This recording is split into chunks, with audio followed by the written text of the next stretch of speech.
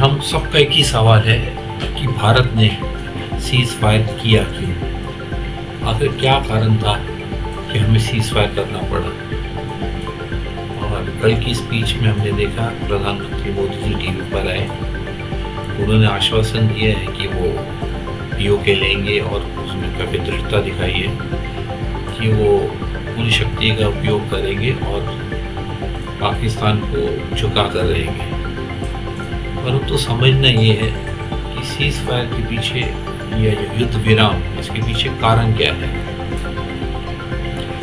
अब हमारे एयरफोर्स और जो आर्मी के डीजीएमओ और जितने भी विशेषज्ञ और जितने हमारे स्पोक्स पर्सन हैं डिफेंस के, हर तरफ से हमको एक ही समाचार मिलता है कि इंडिया ने प्रहार किया है पाकिस्तान पर, परंतु न्यूक्लियर साइट्स पे नहीं किया है और उनकी कोई जानकारी ही नहीं है, तो फिर वो बॉम्बिंग कैसे कर सकते हैं। और आजकल एक रूमर फैला हुआ है कि न्यूक्लियर रेडिएशन हो रही है कुछ किराना हिल्स पे इंडिया की बॉम्बिंग की वजह से रेडिएशन फैल रही है। और इतना ही नहीं है, ये भी कहा जाता है कि अमेरिका का प्लेन आया है और इतनी भी न्यूज़ आई है कि इजिप्ट एयर से बोरॉन्स आए हैं। और मैं आपको बता दूँ बोरॉन्स होते क्या हैं। ये काला कलर का पदार्थ होता है, मेटल जैसा नहीं होता बट मेटलॉइड बोला जाता है, रेती जैसा होता है। तो इसका काम होता है जब भी न्यूक्लियर रेडिएशन होती है तो उसके रेडिएशन को कंट्रोल करने के लिए रोकने के काम आता है। तो उस पर्पज़ से ये इजिप्ट में काफ़ी मात्रा में होता है, टर्की में होता है, इंडिया में राजस्थान और रशिया में काफ़ी बनता है। अब इजिप्ट एयर द्वारा ये पाकिस्तान में आया है, अफवाह है, ऐसी कोई कंफर्म न्यूज़ नहीं है कि वो वहाँ पे न्यूक्लियर रेडिएशन हो रही है।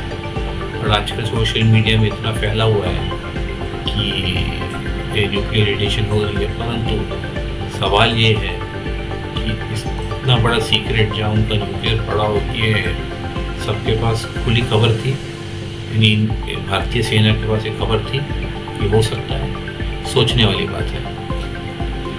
चलो मान लिया कि न्यूक्लियर रेडिएशन है, बट ये न्यूज़ ज़्यादा देर छुपाई नहीं जा सकती, ना ही पाकिस्तान छुपा सकता है ना ही इंडिया। इंडिया तो बहुत क्लियर कर चुका है कि उन्होंने एयर बेस पर अटैक किया है। इंडिया को जब न्यूक्लियर साइट का पता ही नहीं तो फिर बॉम्बिंग का सवाल ही नहीं उठता है। खुदा ना खास्ता कर भी दिया हो, बट ये न्यूज़ छुपाई नहीं जा सकती। बट ये इंटरनेशनल मुद्दा है, बहुत बड़ा मुद्दा है। इस रेडिएशन से बहुत जाने जा सकती है। तो नहीं, रेडिएशन अमृतसर भी आ सकता है, क्योंकि लाहौर अमृतसर ज़्यादा दूर नहीं है और किराना हिल्स लाहौर से दूर है बट बहुत दूर नहीं है। उसकी रेडिएशन अमृतसर तक भी आ सकती है। तो ये अफवाह पे विश्वास करना चाहिए कि नहीं करना चाहिए तो आप पर छोड़ता हूँ। और कल हम स्पीच में, मोदी जी की स्पीच में हम वेट कर रहे थे कि वो कुछ ऐसी बात कहेंगे कि उन्होंने सीज़ फायर क्यों किया। ये पूरा देश इसका इंतज़ार कर रहा था। बाकी स्पीच तो बढ़िया रही, परंतु जब इंडिया का अपर हैंड था, इतनी अच्छा पलड़ा भारी था, फिर भी हम युद्ध विराम की तरफ बहुत जल्दी चले गए। युद्ध विराम हो सकता था 2 दिन 7 दिन और खींच सकता था भारत, जिसमें पाकिस्तान का और नुकसान हो सकता था। भारत चाहे और कर सकता था, कराची पोर्ट को भी ध्वस्त कर सकता था, जिससे पाकिस्तान बहुत पीछे जा सकता था, परंतु ऐसा किया नहीं है। जो भी है ये हमारे एक्सपर्ट हैं जो एयरफोर्स, आर्मी और नेवी के हैं और डिफेंस मिनिस्टर, बहुत सारे एक्सपर्ट्स भी हैं, अजीत दोवल जी भी हैं, तो वो अपना काम बेहतर जानते हैं। और देश का एक सवाल ज़रूर ये रहेगा और काफ़ी लोगों के मन दुख भी रहेगा कि इतनी अच्छी परिस्थिति होते हुए हम पीछे क्यों हटे। चलो इसका कारण कुछ दिनों बाद सामने आ जाएगा। मैं जानता हूँ सरकार ये चीज़ को छुपा रही होगी और इस समय ये दुरुस्त भी नहीं होगा सबको बताने के लिए। तो विश्वास रखें। और सवाल उठता है कि तुर्की और चाइना का सपोर्ट कितना रहेगा। इतना तो हमें पता चल गया कि चाइना का जितना सामान जो लड़ने का था, चाहे वो एयर डिफेंस सिस्टम था, चाहे उनके वो प्लेन, चाहे उनके प्रोजेक्टाइल्स, या हम कह सकते हैं छोटे मिसाइल्स तो कुछ कुछ काम की नहीं रहे, इंडिया ने सारे के सारे इंटरसेप्ट कर लिए, और इतने ये जो कुछ गिरे भी हैं वो फटे नहीं। और हमारे DRDO में जब ये इसका सैंपल जाता है तो उससे पता चलता है ये चाइना के बने हुए थे।